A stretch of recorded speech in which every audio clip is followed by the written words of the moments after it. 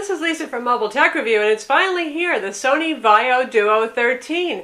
It's a Windows 8 full Intel Core i Haswell machine, one of the few Haswell machines on the market, 13.3 inches. It's not just a tablet though, it has a slider, like so, and we're going to look at it now. Hey, finally, the Duo 13, here it is. I know a lot of you have been wanting this video review, and really it is a lovely machine. You know we like the Duo 11 quite a lot. There was certainly room for improvement, but Sony was one of the first to come up with a Windows 8 convertible machine, and it was a pretty neat piece of hardware. Well, they've done a lot to change and make things better here, without making it much bigger and heavier. That's the amazing thing. The Duo 11, which is an 11.6 inch, was about 2.86 pounds. This one's 13.3 inches, and it's 2.93 pounds, so hardly any heavier. And the footprint isn't much bigger either, which is nice too, because when you're using something that acts like a tablet, you want to not have it be too bulky. Obviously, we have a keyboard over here. Big display, full HD tri-luminous display, 1920 by 1080. We'll talk about that in greater detail. It is available in your choice of what they call white, which is this one here, which really is a silver body, just the white surrounder on the screen, or carbon black.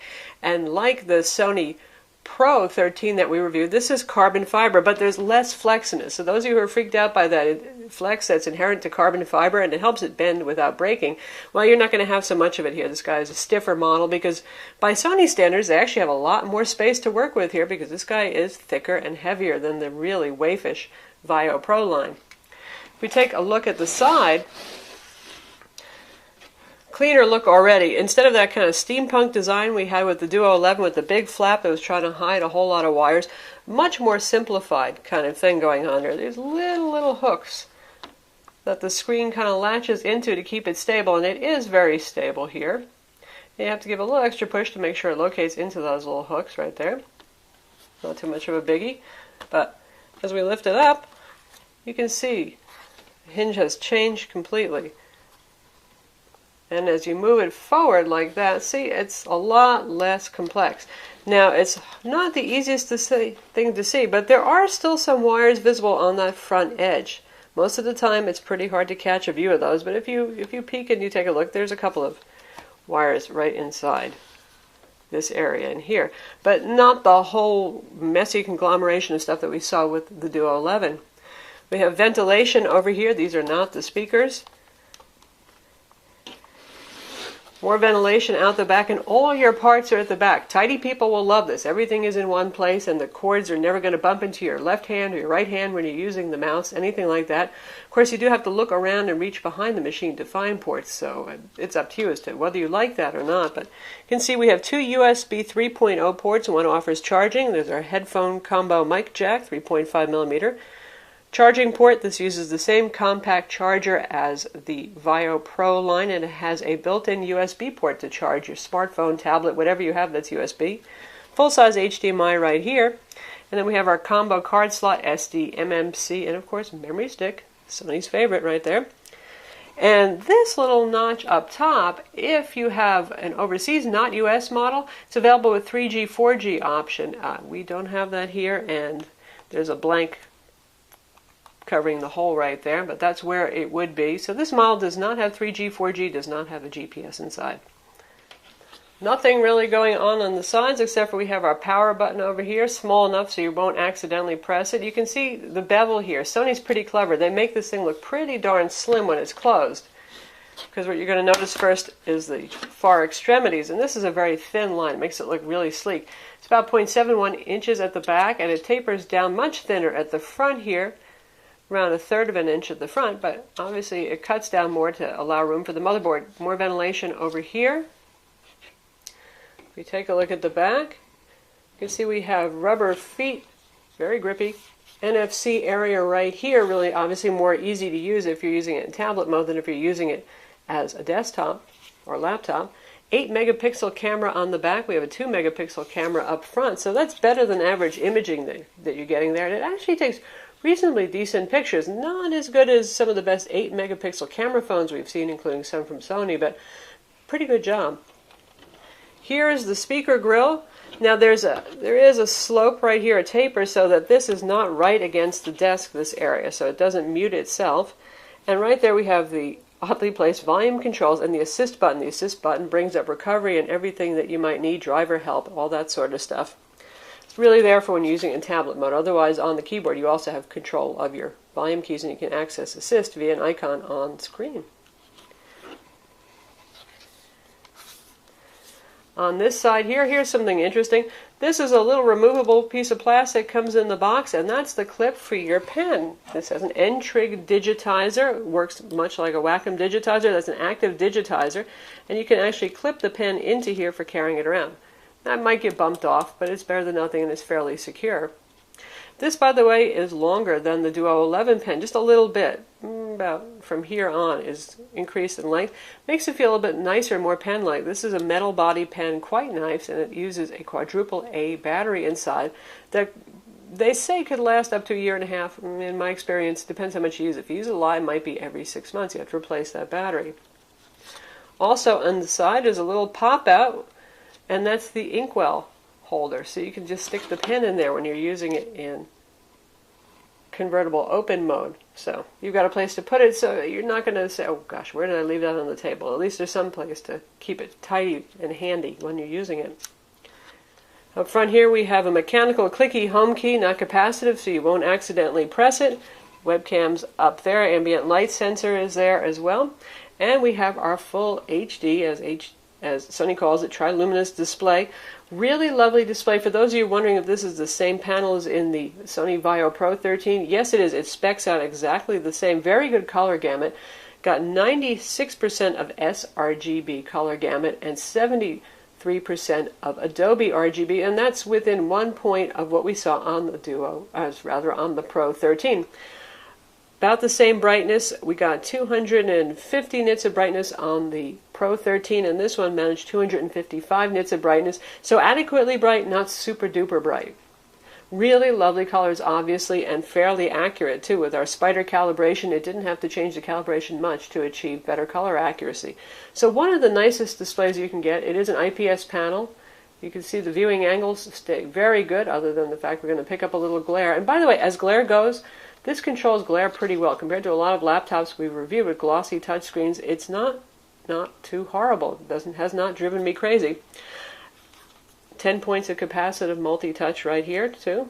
Works just fine, quite responsive, and obviously works with that included digital pen as well.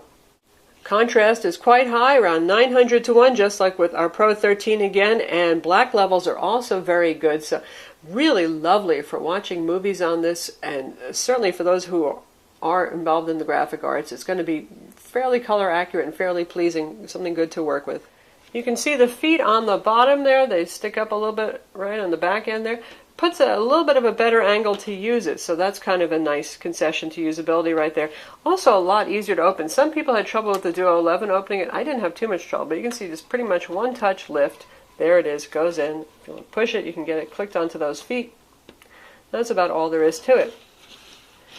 Here we have a cut-down groove on each side to sink the keyboard down so that it doesn't touch against the back of the machine when it's closed, and it gives you a fairly comfortable typing area. And now we have itsy-bitsy area of a little wrist rest place to put your hands, which is nice.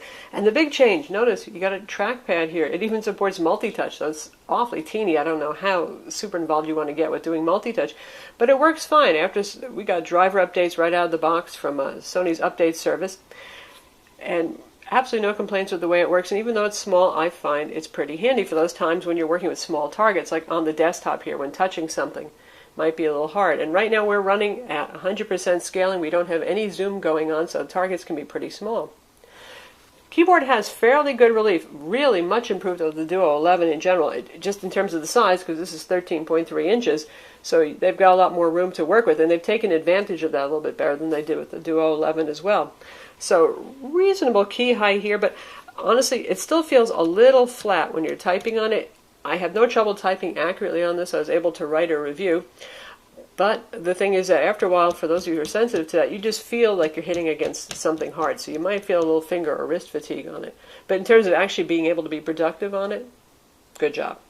Obviously, we have the silver model here, and unlike the Samsung Series 7 Ultra, now called the AtiveBook 7, which also had a silver keyboard, The contrast with the letters is quite good here, so I never found like I had trouble seeing them when the backlight wasn't on. In fact, in some cases with the Samsung, the backlight could actually make things worse.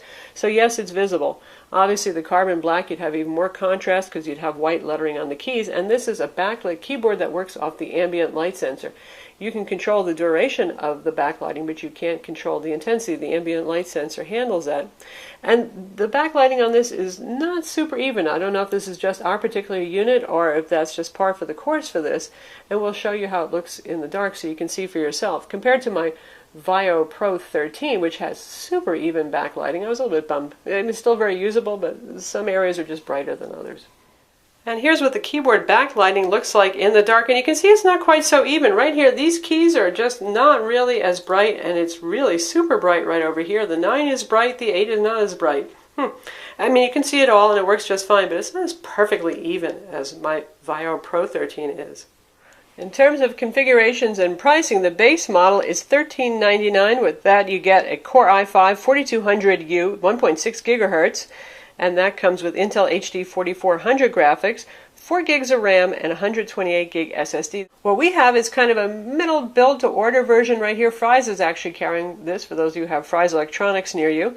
And this is the Core i7 4500U, that's 1.8 gigahertz, still with the Intel HD 4400 graphics, 8 gigs of RAM, and that's set up dual channel, and 128 gig SSD, that's 1619. And then there is the top of the line model. You can get the i7 with the 4650U, 1.7 gigahertz, and Intel HD 5000 graphics for a little more graphics boost. And that's pretty nice, but you're looking at over $2,200 right there to buy that model. And then there's an $1899 model, which is the Core i7 Intel HD 4400, 8 gigs of RAM, and a 256 gig SSD. If you want, you can even get a 512 gig SSD with this guy. You can get it with Windows 8 64-bit, or you can get it with the Pro version if you need that. Of course, you can also upgrade it yourself afterwards if you want. Memory on this is soldered on board. You cannot upgrade it yourself. The SSD drive, in theory, you should be able to. It's not been so easy to take apart Duos, but I'm sure that some adventurous folks will find a way to get the bottom plate off of this and access the internals to do so. You can see our Windows Experience Index here. It's pretty good, 7.1 for processor. RAM is 7.6 dual channel, so we get higher numbers, better than that 5.9 we often see for single channel RAM. 5.9 for graphics for desktop. That's unusually high. Often 5.4 or 5.5 is about as good as you're going to get with Intel HD 4400 graphics.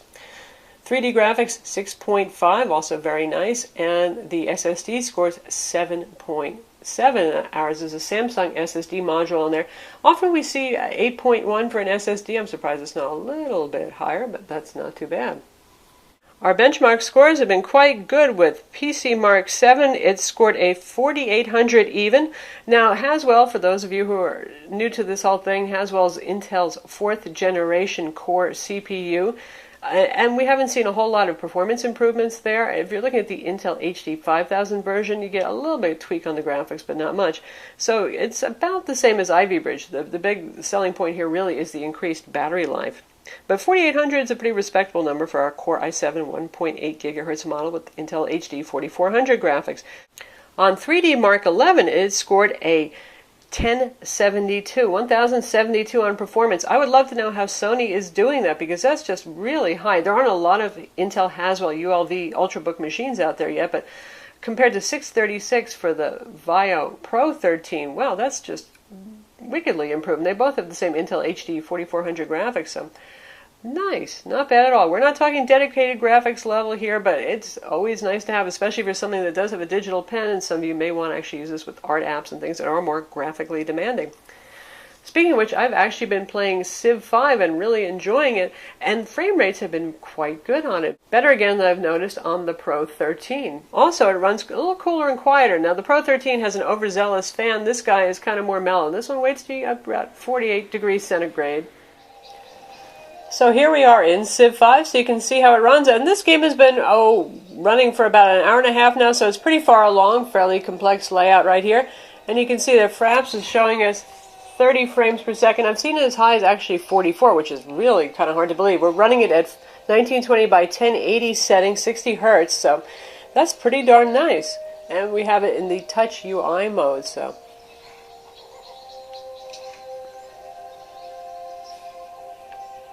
Certainly looks beautiful enough. Frame rate holds up even when we zoom out, and turns are pretty quick too.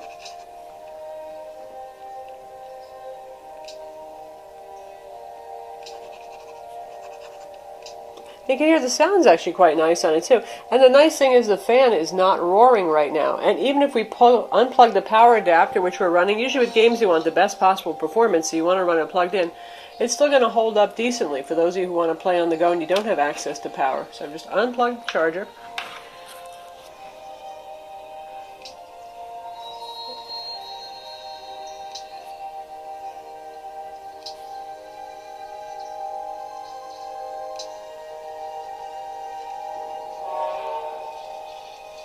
And it's still holding up just fine. Turns don't take too long. It's pretty reasonable. All in all, it's really a pleasure. And the fact that it doesn't get roaringly loud with the fan. It will get warm at the bottom part, but you know, don't put this directly on your lap when you're playing 3D games, that's for sure. But other than that, it's a good experience. So there's Civ 5 on the Sony VAIO Duo 13 with the Core i7 and Intel HD 4400 integrated graphics.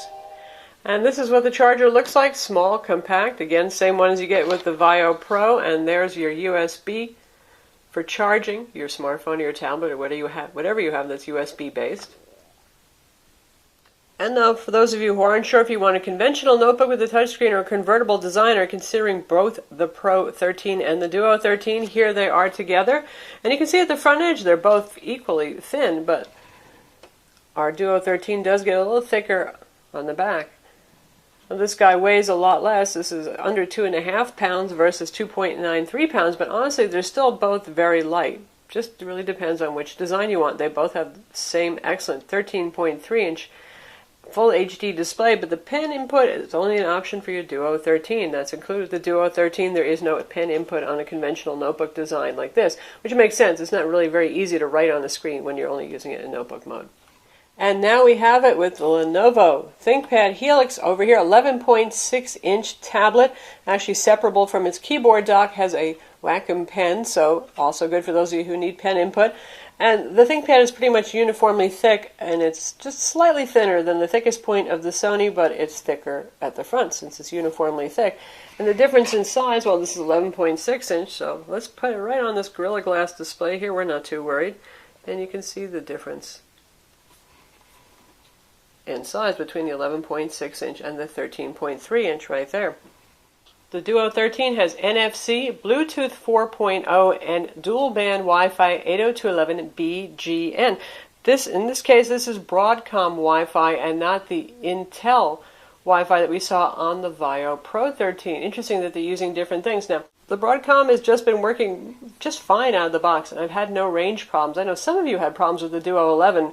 I actually didn't have too much of a problem, but even walking 30 feet away from our 802.11n router, I managed to get the same bandwidth download that I did standing 3 feet away from it, which is the maximum rating of our connection, 25 megs down, 25 megs up.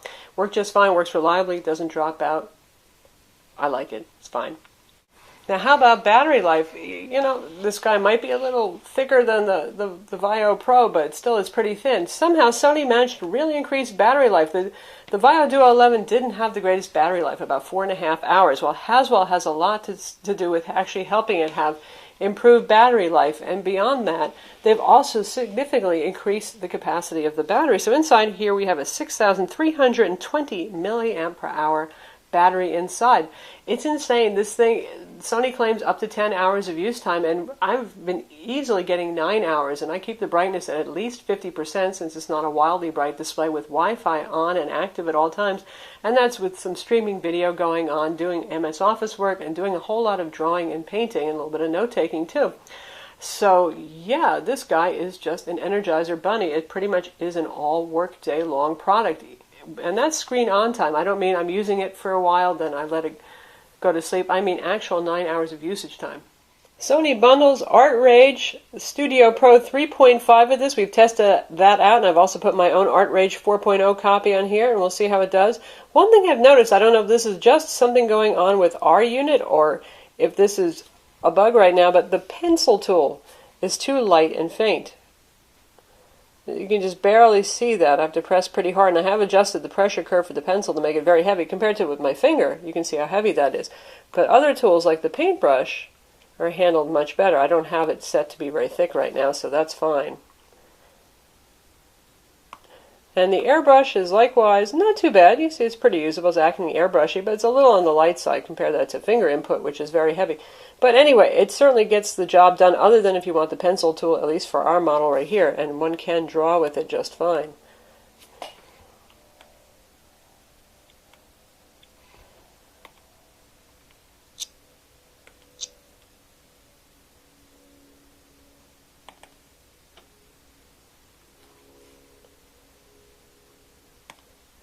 And here's a drawing that's a little bit further along, and I'm using the ink pen since I can't really use the pencil right now. And that's working fairly well. Now, it's very accurate. There's no pen offset. That's something that's very nice. It also works right out to the edges of the screen.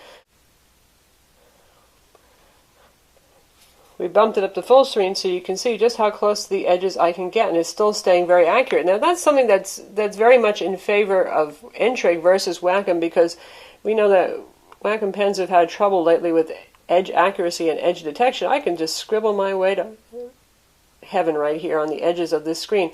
No problem whatsoever.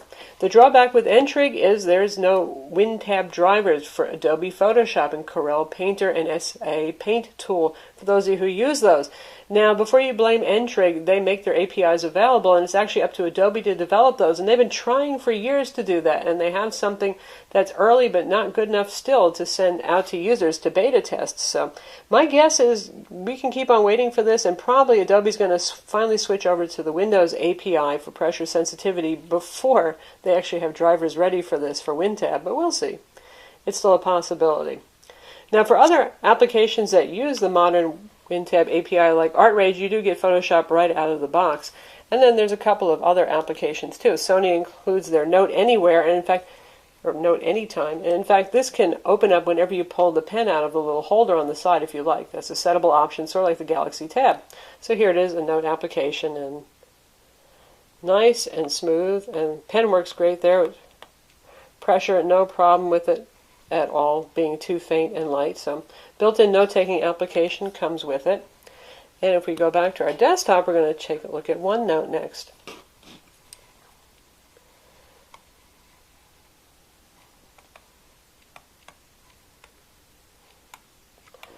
And it works just fine. We have no problem with it. Tracking circles, all that kind of thing. Handwriting is pretty darn terrible, but let's see if we can try to convert that. Almost. Hello, how are you? But it's pretty close. Works well, very quick, very smooth operation. So also good for you note takers, those of you who need to draw diagrams, equations, all that kind of stuff. Good times. Sony bundles a bunch of apps on here. Most of these are live tile apps. Some of them are even shortcuts just to internet services. Of course, we have their own music player, which isn't a bad music player, so I'm not going to complain about that. Access to their services, their streaming video and music kind of stuff. But I actually like to have Cam Scanner here. You can kind of use this as a scanner, and you can snap pictures of text pages and use some OCR on them, get stuff done. And we have ArcSoft Camera for VAIO, which is better than the built-in Microsoft camera application in terms of both image quality that you're going to get and features. So no complaints there whatsoever. They have Slacker Radio here. They have a couple of little games. Evernote Touch is preloaded. As always, anything you don't want, just get rid of it. That's not a problem. Not too much really in the way of heavy-duty bloatware on this. They have their own update tool, which of course I really recommend that you keep, and VAIO Care will help you do recovery and all that sort of stuff. And this is what Sony's music player looks like, a little jazzier than Xbox Music Player. The Xbox Music Player will improve with Windows 8.1 release, and that's what it looks like.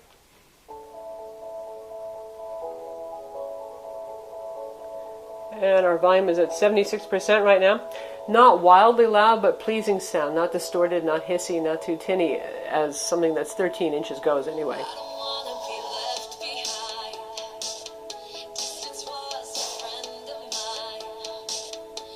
Not bad at all. And certainly good enough for watching a movie yourself if you don't want to use headphones, or speakers, or Bluetooth speakers. And now we'll test out video playback, and we'll use one of our own video reviews to see how that goes. And we're using the Metro version of IE right now. As ever, you get 2 versions with Windows 8.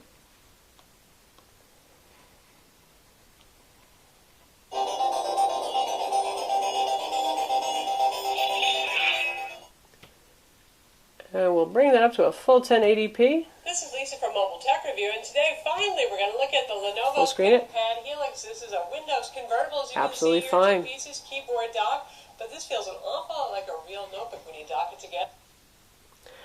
Really, it's just a wonderful experience to actually watch movies on this. High quality, really nice colors, great contrast levels. It's great for media consumption.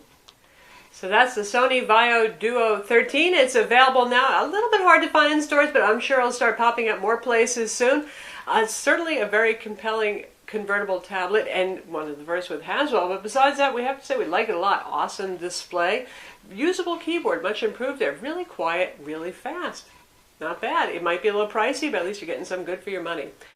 I'm Lisa from Mobile Tech Review. Be sure to visit our website for the full review of the Duo 13 and subscribe to our YouTube channel too.